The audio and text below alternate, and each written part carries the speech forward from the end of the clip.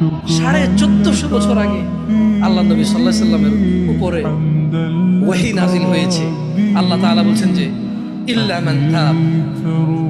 আল্লাহ সুবহানাহু ওয়া তাআলা বলছেন যে মুহাম্মদ আপনার উম্মতদেরকে বলে দিন ইল্লা মান তাব, যে অপরাধ গুনাহ থেকে ফিরে আসে, তওবা করে, ওয়া আমানা ঈমান আনে, ওয়া আমিলা আমালান সলিহা, তার হাজার লক্ষ সহস্র কোটি গুনাহ থাকুক,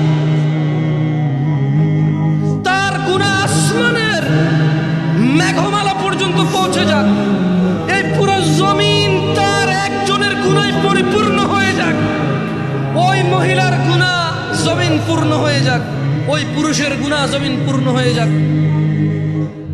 মুহাম্মদ সাল্লাল্লাহু আলাইহি সাল্লাম আপনার উম্মতকে বলেন, সে যদি তার গুনাহকে মাপার দরকার নেই, তার গুনাহ কত ওজন, কত সংখ্যা মাপার দরকার নাই, ওকে বলেন। এটা সূরা ফুরকানের আয়াত। আমি কোনো হাদিস বলছি না যে আপনি জাল বলবেন, দঈফ বলবেন, মুনকার বলবেন, মওযু বলবেন, তর্ক বিতর্ক শুরু করে দেবেন। এটা কোরআনুল কারীমের আয়াত, এর অনুবাদ করছি।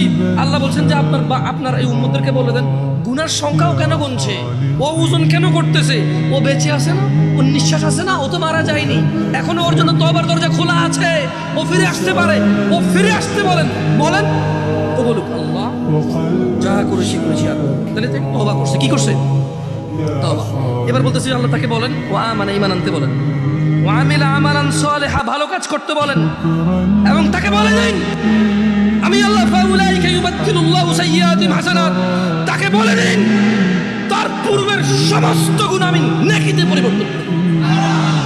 ওয়া কানা আল্লাহু গফুরুর রহিমা, কারণ আল্লাহ অতীব দয়ালু ও ক্ষমাশীল।